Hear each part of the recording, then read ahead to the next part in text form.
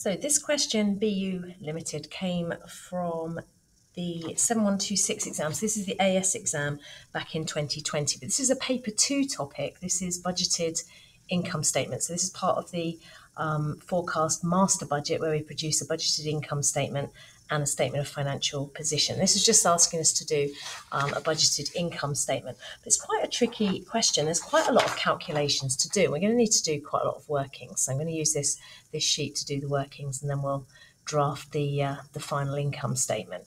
So let's just look at the information we've been given. BU Limited is an online retailer. The directors of BU are concerned about the profitability of the business and have conducted a review of its operations, which has resulted in the following plan. So this is broken down into 2 separate periods. We're actually doing the income statement. If you look at what's required, we're doing the income statement for the year ending 30th of April 21, but it's broken down into 2 6-month periods. So in the first period, it says it will be used to prepare for the implementation of increased automation and the introduction of a new inventory control system, which will result in no inventory being held on the premises. Okay, so in period 2, there will be the implementation of the new system, so leading to no inventory by the end of the year. The directors have prepared the following forecast. Now, if we just look at the information, they're giving us details about the sales volume and the selling price, the purchase volume and the purchase price. And what we need to remember with these budgeted income statements is always to treat these separately until we get to the end. So when we get to actually put them on the income statement, then we can multiply the volume of sales, so that's the number of units you plan to shift over the course of the year, and multiply that by the selling price. And then the purchase volume is generally going to be linked to the sales volume. So the way we work out the number of units we need to purchase is always based on the number that we're going to sell, plus or minus the increase or decrease in inventory. So if we want to increase inventory from one period to the next, we need to add that to the sales volume to come up with the purchase volume.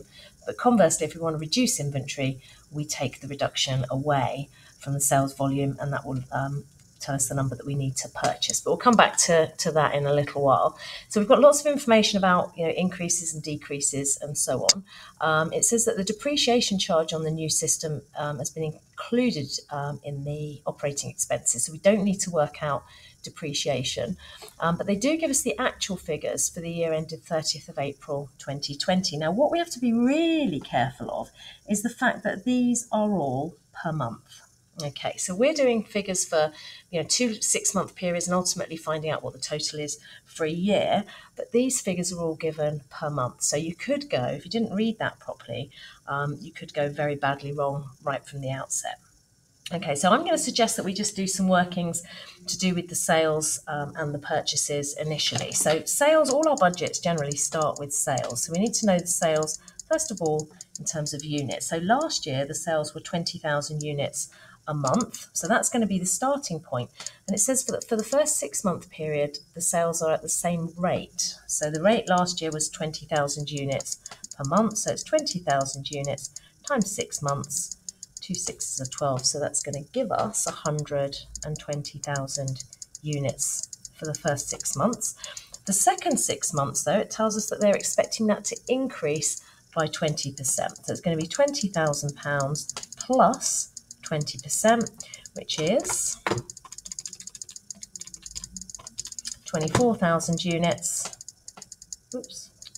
24,000 units times 6 months.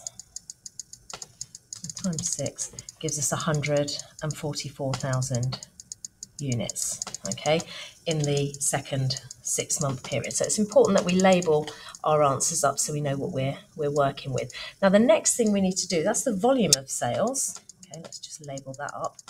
The next thing we need to do is find out what's happening with the selling price. So the selling price is going to increase by 5%. So the selling price last year was £16 a unit.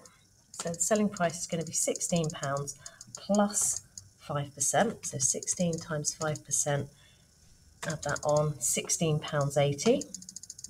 And if we multiply that by the number of units, that gives us the value of sales. So 1680 times 120,000 units means that the sales for the first 6 months are going to be £2,016,000. Okay, if we do the price for the second 6 months, let's see what happens. It's going to decrease by 15%, so that's £16.80. Oops, £16.80 is going down by 15%. So the decrease by 15% from the price in period 1. So that's what we worked out there, £16.80. Sorry about the terrible writing there. £16.80. We take 15% off of that.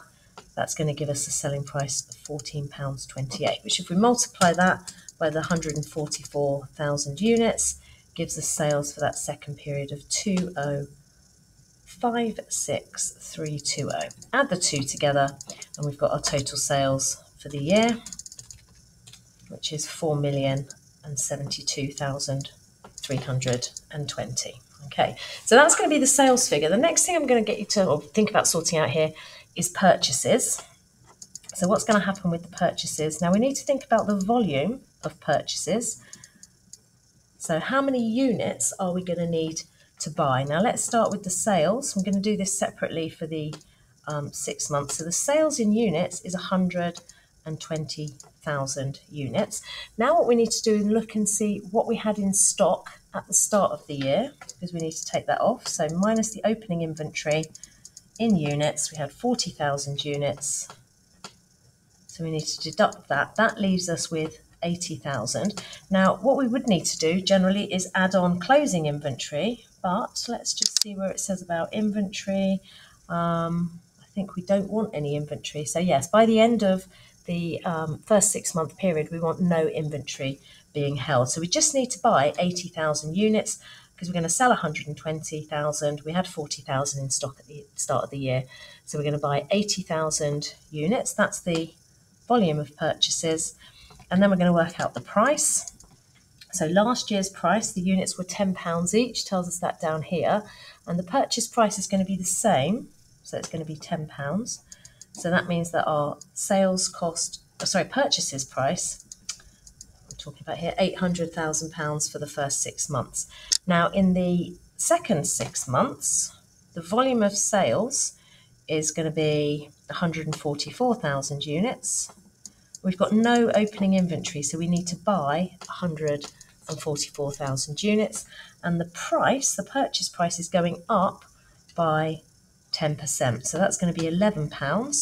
So 144,000 times £11, 1,584,000. So the total value for purchases is going to be £2,384,000. Okay, so we've now got sales and purchases sorted out. Then we can start thinking about the expenses. So we've got operating expenses. Let's have a look and see what's happening with those. So we're increasing those by 25% from the year ended 30th of April 2020. That's just in the first 6 months. So let's find out how much they were. They were 22,500 for the first 6 months. And we are increasing those by 25%. So that's going up to, work that out, 28,125 times 6, because this is for the 6 month period. So 168,750 in there. And then in the second 6 month period, they are going up by 20% based on the previous. So 28,125 is what we worked out for the first 6 months. And then we're going to add 20% to that. So 28,125 times 20% is 33,750. Times that by 6, and that gives us our operating expenses 202,500 for the second 6 months. So our total for the year is going to be 371,250. Okay. Other expenses, we've got the wages and salaries. Let's see what's happening with those. So last year, it tells us down the bottom here, they were £60,000 a month. So for the first 6 months, it's going to be the same as last year. So same cost as the previous year. So 6 is £360,000 there. And then in the second period, because we've got all this automation coming in, presumably looks like we're making some staff redundant and they're going to go down. So 60,000, don't try and do 33 in a calculator. This is a third. So reduced by a third, multiplied by 2/3 to find what's left is going to give you 40,000 times 6 months is going to be 240,000. So the total there, 360 plus 240 is £600,000. And then we'll just write in the redundancy costs here so we don't forget about those. Redundancy costs are a one-off of £80,000, nothing in the second period. So total for that, £80,000. So then all you've got to do, that's all the hard work done, is just stick that into a budgeted income statement.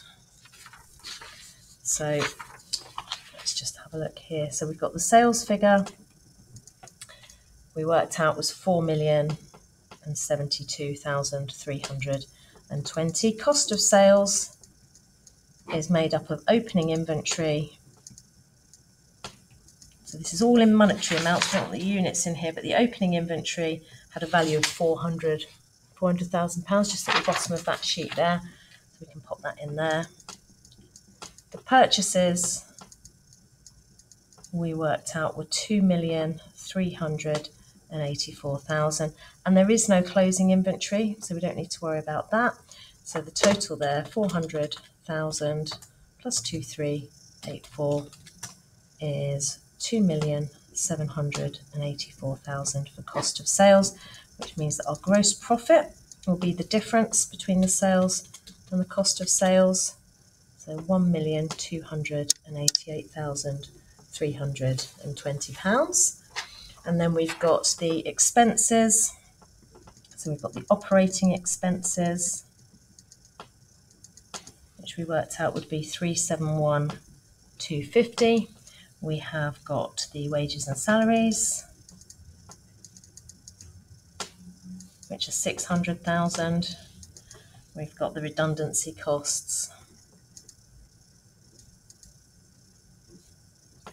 which are 80,000. We work those out down there. Whoops, sorry, I'll move my paper along there. So 600,000 for wages and salaries, 80,000 for the redundancy costs. If we add those three together, we get 1,051,250. So this is going to be our budgeted profit from operations. We haven't got any details. Just about fit that in. No details of finance costs or anything like that. So our budgeted profit for the year, 237,070. So as you can see, all the hard work went into the calculations. It's really important that you show your workings, and there was so much scope to go wrong with this question. When I set it for some of my students in a test, I think some of them didn't notice that this was per month. They treated these as annual figures, and they end up with all kinds of weird and wonderful things going on in the income statement. There are a few things that should ring alarm bells. So if ever you end up with a gross loss, then think to yourself, what on earth have I done wrong here? Something has gone badly wrong. So that might be because you just treated these figures as for the whole year. Yeah, if you've got two periods, then you need different sets of circumstances in each. You need to work out the figures separately for each. You can't just lump it all in together. And above all, with any of these budgeted income statement figures, always keep the volume and the price separate until the very end. Okay, so hopefully that's given you some ideas on that question, how the mark scheme's been arrived at. Thanks very much for watching. Don't forget to like and subscribe if you've enjoyed the video.